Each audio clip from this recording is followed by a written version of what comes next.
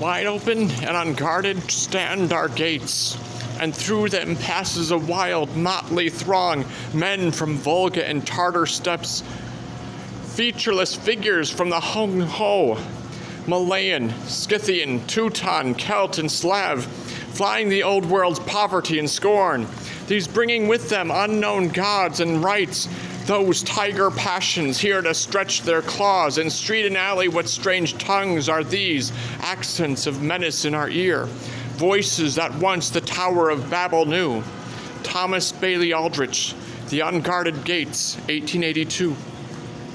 One moment Shadow was riding the world's largest carousel, holding on to his eagle-headed tiger. Then the red and white lights of the carousel stretched and shivered and went out, and was falling through an ocean of stars, while the mechanical waltz was replaced by a pounding rhythmic roll and crash, as of cymbals or the beaker breakers on the shores of a far ocean. The only light was starlight, but it illuminated everything with a cold clarity. Beneath him his mount stretched and patted its warm fur under his left hand, its feathers beneath his right. It's a good ride, isn't it? The voice came from behind him in his ears and in his mind. Shadow turned slowly, streaming images of himself as he moved, frozen moments, each him captured in a fraction of a second, every tiny movement lasting for an infinite period. The images that reached his mind made no sense. It was like seeing the world through the multifaceted, jeweled eyes of a dragonfly. But each facet saw something completely different, and he was unable to combine the things he was seeing or thought he was seeing into a whole that made any sense. He was looking at Mr. Nancy, an old black man with a pencil mustache and his check sports jacket and his lemon yellow gloves, riding a carousel line as it rose and lowered high in the air. And at the same time, in the same place, he saw a jeweled spider as high as a horse, its eyes an emerald nebula strutting, staring down at him. And simultaneously he was looking at an extraordinarily tall man with teak-colored skin and 3 sets of arms, wearing a flowing ostrich feather headdress, his face painted with red stripes, riding an irritated golden lion, 2 of his 6 hands holding on tightly to the beast's mane. And he was also seeing a young black boy dressed in rags, his left foot all swollen and crawling with black flies. And last of all, and behind all these things, Shadow was looking at a tiny brown spider hiding under a withered ochre leaf. Shadow saw all these things, and he knew they were the same thing. If you don't close your mouth, said the many things that were Mr. Nancy, something's going to fly in there. Shadow closed his mouth and swallowed hard. There was a wooden hall on a hill a mile or so from them. They were trotting toward the hall, their mounts' hooves and feet patting noiselessly on the dry sand at the sea's edge. Zernabog trotted up on his centaur. He tapped the human arm of his mount. None of this is truly happening, he said to Shadow. He sounded miserable. It is all in your head. Best not to think of it. Shadow saw a gray-haired old Eastern European immigrant with a shabby raincoat and one iron-colored tooth true. But he also saw a squat black thing darker than the darkness that surrounded them, its eyes 2 burning coals, and he saw Prince with a long flowing black hair and a long black mustache, blood on his hands and his face, riding naked but for a bare skin over his shoulder on a creature half man, half beast, his face and torso blue tattooed with swirls and spirals. Who are you? Asked Shadow. What are you? Their mounts padded along the shore. Waves broke and crashed implacably on the night beach. Wednesday guided his wolf, now a huge and charcoal gray beast with green eyes, over to Shadow. Shadow's mount caracoled away from it, and Shadow stroked its neck and told it not to be afraid. Its tiger tail swished aggressively. It occurred to Shadow that there was another wolf, a twin to the one that Wednesday was riding, keeping pace with them in the sand dunes, just a moment out of sight. Do you know me, Shadow? Said Wednesday. He rode his wolf with his head high. His right eye glittered and flashed. His left eye was dull. He wore a cloak with a deep, monk-like cowl, and his face stared out from the shadows. I told you I would tell you my names. This is what they call me. I am called Gladivore, Grim Raider, and Third. I am one-eyed. I am called Highest and True Guesser. I am Grimner, and I am the Hooded One. I am all Father, and I am Gondlier, Wand Bearer. I have as many names as there are winds, as many titles as there are ways to die. My ravens are Hugin and Munin, Thought and Memory. My wolves are Frecky and Gary. My house is the gallows. Two ghostly gray ravens like transparent skins of birds landed on Wednesday's shoulders, pushed their beaks into the side of Wednesday's head as if tasting his mind, and flapped out into the world once more. What should I believe, thought Shadow, and the voice came back to him from somewhere deep beneath the world in a bass rumble. Believe everything. Odin, said Shadow, and the wind whipped the word from his lips. Odin, whispered Wednesday, and the crash of the breakers on the beach of skulls was not loud enough to break that whisper.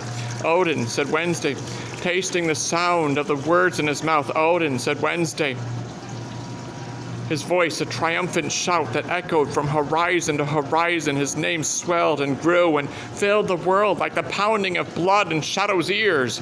And then, as in a dream, they were no longer riding toward a distant hall. They were already there, and their mounts were tied in the shelter beside the hall. The hall was huge but primitive. The roof was thatched, the walls were wooden. There was a fire burning in the center of the hall, and the smoke stung Shadow's eyes. We should have done this in my mind, not in his, muttered Mr. Nancy to Shadow. It would have been warmer there. We are in his mind, more or less. This is Valasgjalf. It's his old hall. Shadow was relieved to see that Nancy was now once more an old man wearing yellow gloves, although his shadow shook and shivered and changed in the flames of the fire, and what it changed into was not always entirely human. There were wooden benches against the walls, and sitting on them or standing beside them, perhaps 10 people. They kept their distance from each other, a mixed lot, who included a dark-skinned matronly woman in a red sari, several shabby-looking businessmen, and others too close to the fire for Shadow to be able to make them out.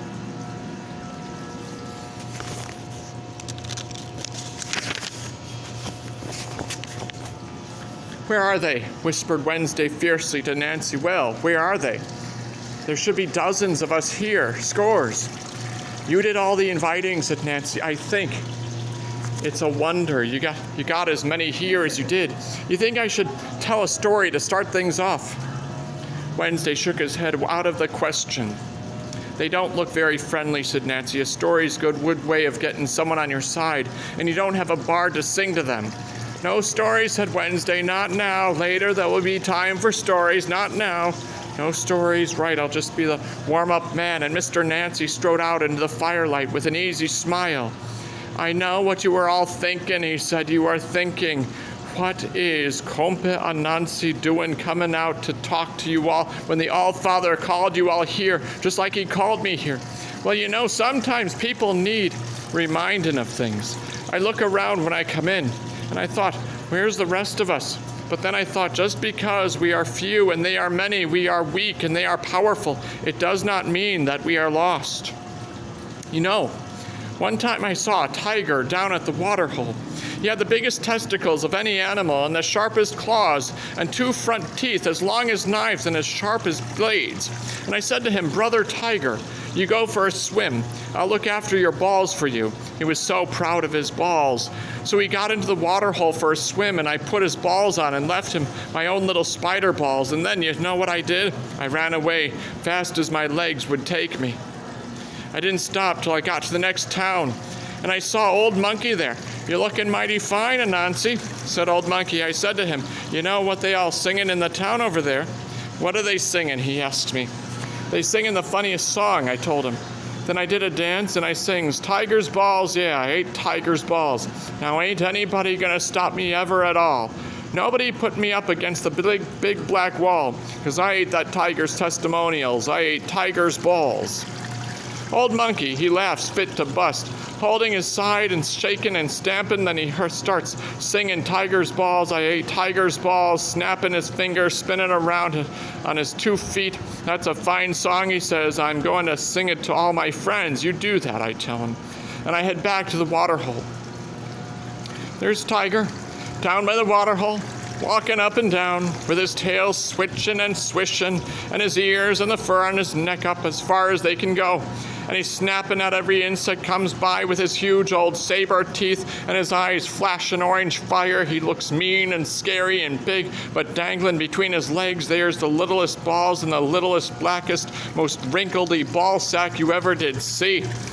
Hey, Anansi, he says, when he sees me, you were supposed to be guarding my balls while I went swimming, but when I go out of the swimming hole, there was nothing on the side of the bank but these little black shriveled up good-for-nothing spider balls I'm wearing. I done my best, I tells him, but it was those monkeys. They come by and eat your balls all up, and when I tell them off, then they pull off my own little balls, and I was so ashamed I ran away. You a liar, Anansi, says Tiger. I'm going to eat your liver. But then he hears the monkeys coming from their town to the water hole.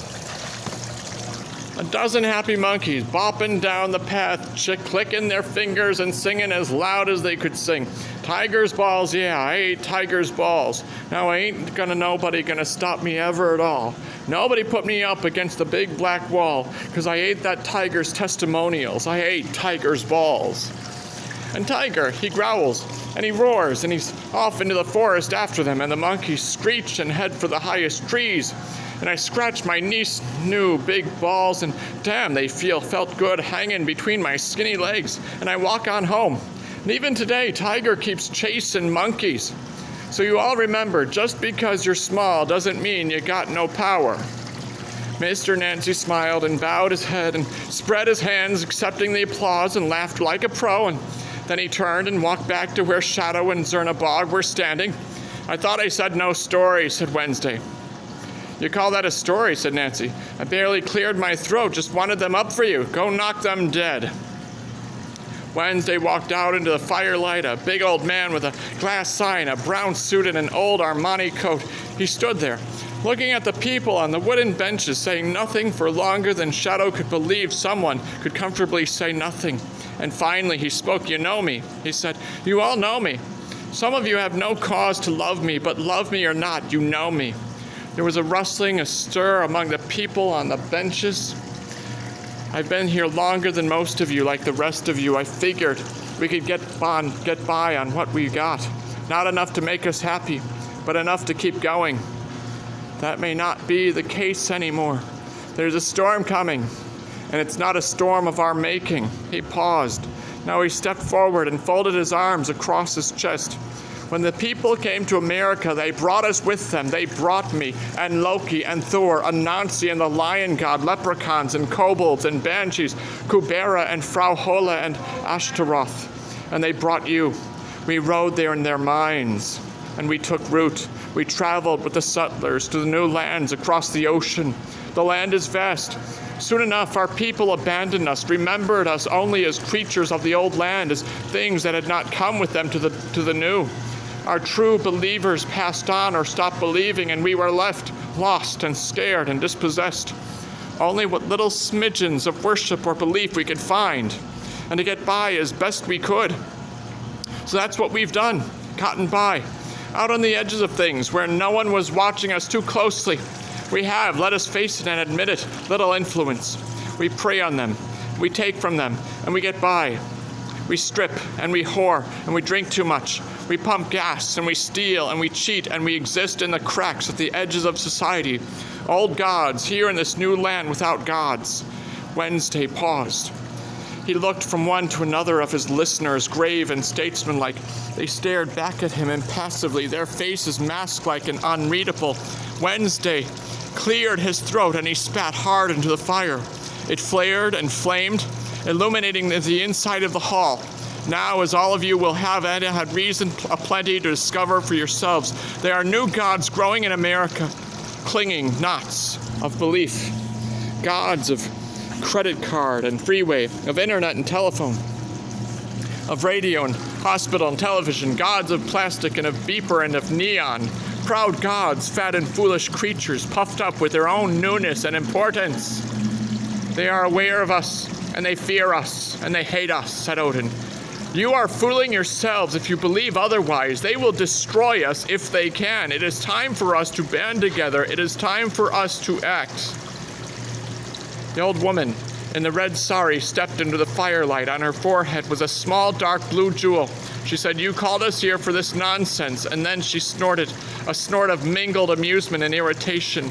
Wednesday's brows lowered. I called you here, yes, but this is sense. Mama G, not nonsense. Even a child could see that. So I'm a child, am I? She wagged a finger at him. I was old in Caligat before you were dreamed of, you foolish man. I am a child.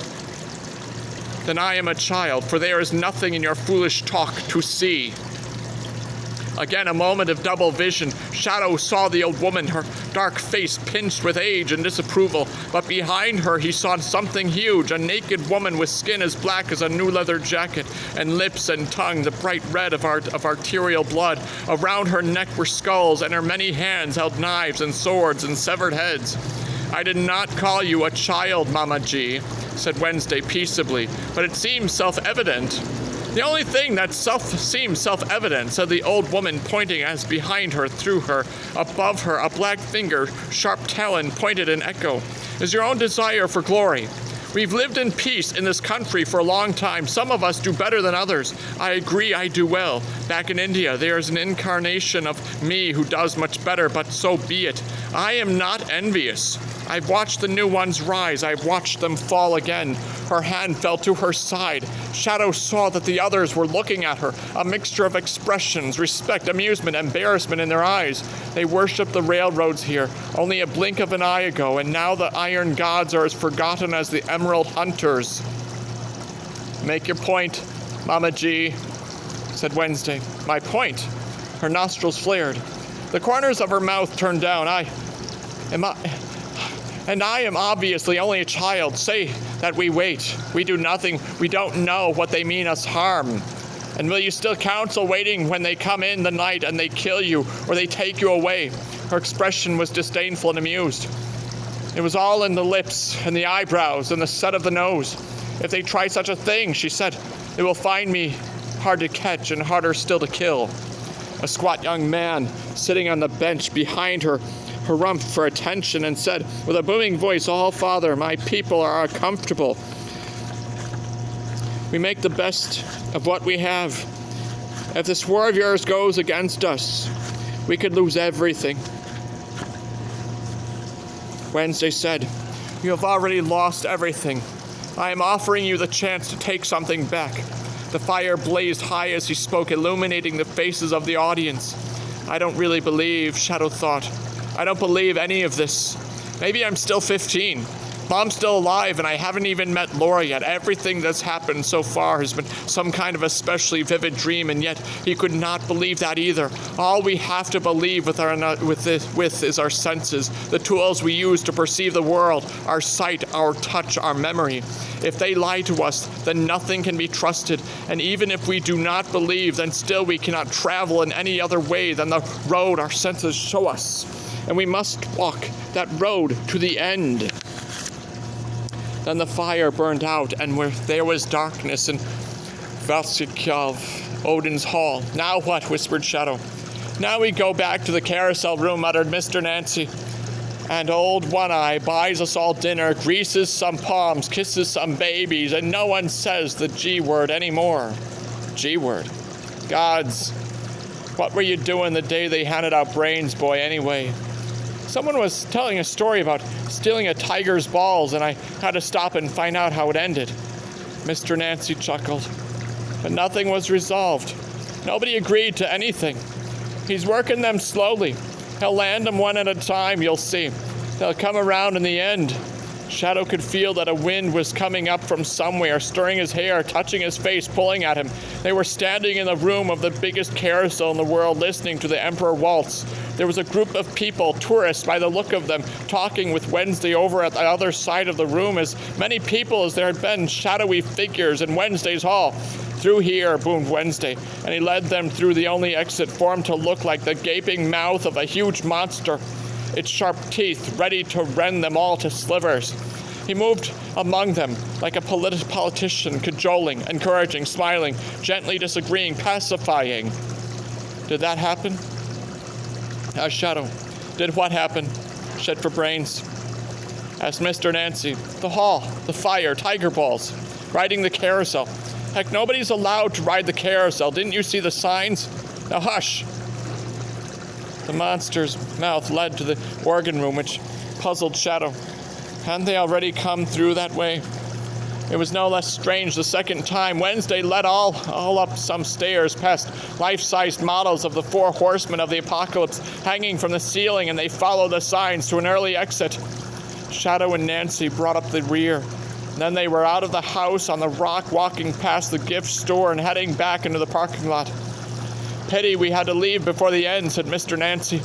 I was kind of hoping to see the biggest artificial orchestra in the whole world. I've seen it, said Zernavog. It's not so much. The restaurant was 10 minutes up the road. Wednesday had told each of his guests that tonight's dinner was on him. Never organized rides to the restaurant for any of them who didn't have their own transportation. Shadow wondered how they had gotten to the house on the rock in the first place without their own transportation, and how they were going to get away again, but he said nothing. It seemed the smartest thing to say. Shadow had a car full of Wednesday's guests to ferry to the restaurant. The woman in the red sari sat in the front seat beside him. There were 2 men in the back seat, the squat, peculiar-looking young man whose name Shadow had not properly caught, but which sounded like Elvis, and another man in a dark suit whose Shadow could not remember. He had stood beside the man as he got into the car, had opened and closed the door for him, and was unable to remember anything about him. He turned around in the driver's seat and looked at him carefully, noting his face, his hair, his clothes, making certain he would know him if he met him again, and turned back to start the car, to find that the man had slipped from his mind. An impression of wealth was left behind, but nothing more. I'm tired, thought Shadow.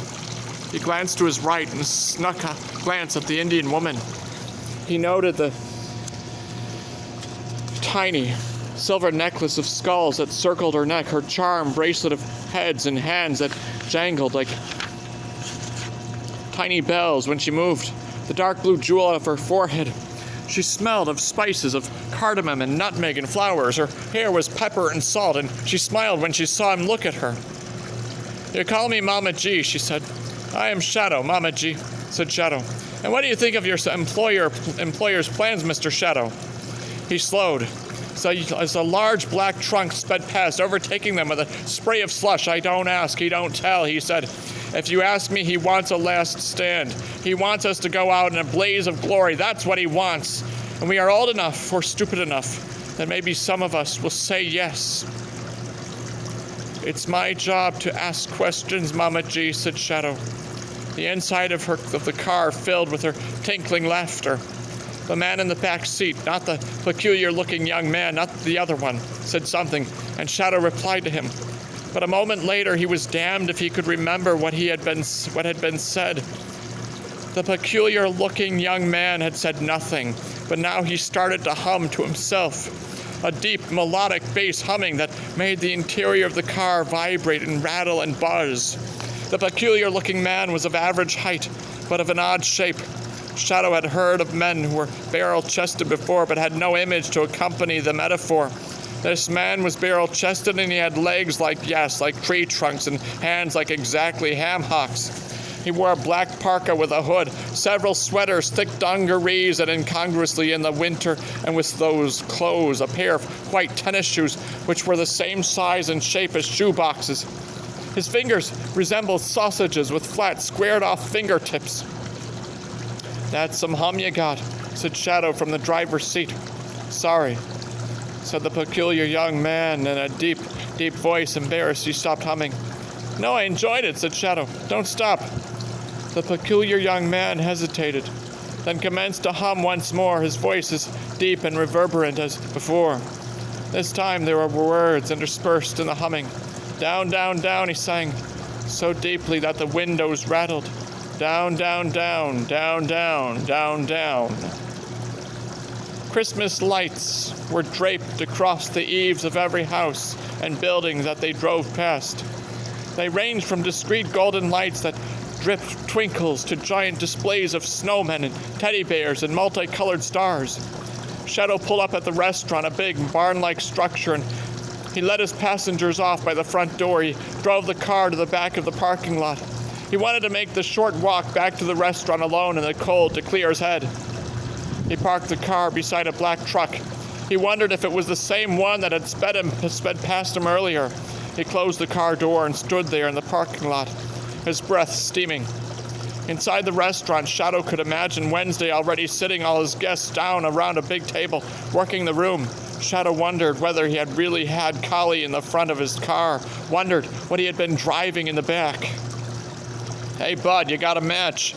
said a voice that was half familiar. Shadow turned to apologize and say no, he didn't, but the gun barrel hit him over the left eye and he started to fall. He put out an arm to steady himself as he went down. Someone pushed something soft into his mouth to stop him from crying out and taped it into position. Easy. Practiced moves like a butcher gutting a chicken. Shadow tried to shout, to warn Wednesday, to warn them all, but nothing came out of his mouth but a muffled noise. "The quarry are all inside," said the half-familiar voice. "Everyone in position," a crackle of a voice half audible through a radio. "Let's move in and round them all up." "What about the big guy?" said another voice. "Package him up, take him out," said the first voice. They put a bag-like hood over Shadow's head and bound his wrists and ankles with tape and put him in the back of a truck and drove him away. There were no windows in the tiny room in which they had locked Shadow. There was a plastic chair, a lightweight folding table, and a bucket with a cover on it, which served Shadow as a makeshift toilet. There was also a 6-foot-long strip of yellow foam on the floor and a thin blanket with a long-since crusted brown stain in the center. Blood or shit or food, Shadow didn't know, didn't care to investigate. There was a naked bulb behind a metal grill high in the room, but no light switch that Shadow had been able to find. The light was always on. There was no door handle on his side of the door. He was hungry. First thing he had done when the spooks had pushed him into the room, after they'd ripped off the tape from his ankles and wrists and mouth and left him alone, was to walk around the room and inspect it carefully. He tapped the walls. They sounded dully metallic. There was a small ventilation grid at the top of the room. The door was soundly locked. It was bleeding above the left eyebrow in a slow ooze. His head ached. The floor was uncarpeted, and he tapped it. It was made of the same metal as the walls. He took the top of the bucket, pissed in it, and covered it once more. According to his watch, only 4 hours had passed since the raid on the restaurant. His wallet was gone, but they had left him his coins. He sat on the chair at the card table. The table was covered with a cigarette-burned green baize. Shadow practiced appearing to push coins to the table. Then he took 2 quarters and made up a pointless coin trick. He concealed a quarter in his right palm and openly displayed 1 other quarter in his left hand, between finger and thumb. Then he appeared to take the quarter from his left hand, while actually letting it drop back into his left hand. He opened his right hand to display the quarter that had been there all along.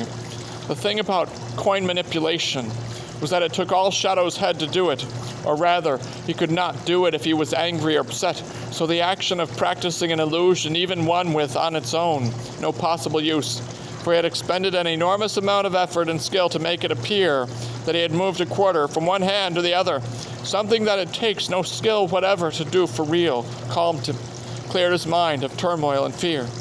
He began a trick even more pointless, a one-handed $half to penny transformation, but with his 2 quarters.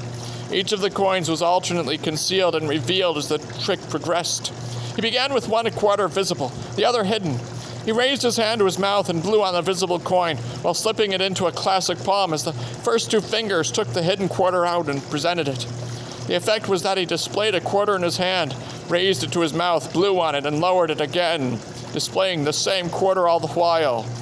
He did it over and over and over again. He wondered if they were going to kill him, and his hand trembled just a little, and 1 of the quarters dropped from his fingertip onto the stained green baize of the card table.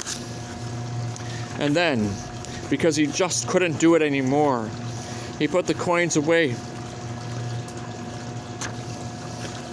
and took out the Liberty Head dollar that Zoria Polichnaya had given him, and held on to it tightly and waited. At 3 a.m. by his watch, the spooks returned to interrogate him. 2 men in dark suits with dark hair and shiny black shoes, spooks. One was square-jawed, wide-shouldered, and great hair. Looked like he had played football in high school, badly bitten fingernails. The other had a receding hairline, silver-rimmed round glasses, manicured nails. While they looked nothing alike, Shadow found himself suspecting that on some level, possibly cellular, the 2 men were identical. They stood on each side of the card table, looking down at him. "How long have you been working for cargo, sir?" asked one. "I don't know what that is," said Shadow. "He calls himself Wednesday. Grim. Old father. Old guy. You've been seen with him, sir." "I've been working for him for a couple of days." "Don't lie to us, sir," said the spook with the glasses. "Okay," said Shadow, "I won't. But it's still a couple of days." The square-jawed spook reached down and twisted Shadow's ear between finger and thumb. He squeezed as they twisted. The pain was intense. "We told you not to lie to us, sir," he said mildly. Then he let go. Each of the spooks had his gun bulged under his jacket. Shadow did not try to retaliate. He pretended he was back in prison. "Do your own time," thought Shadow. "Don't tell them anything they don't all know already. Don't ask questions." "These are dangerous people you're piling around with, sir," said the spook with glasses. "You will be doing your country a service by turning state's evidence." He smiled sympathetically. "I'm the good cop," said the smile. "I see," said Shadow. "And if you don't want to help us, sir," said the square-jawed spook, "you can see what we're like when we're not happy."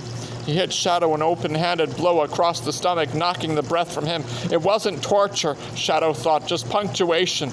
"I'm the bad cop," he retched. "I would like to make you happy," said Shadow as soon as he could speak. "All we ask is your cooperation, sir." "Can I ask?" guessed Shadow. Don't ask questions, he thought, but it was too late. The words were already spoken. "Can I ask who I'll be cooperating with?"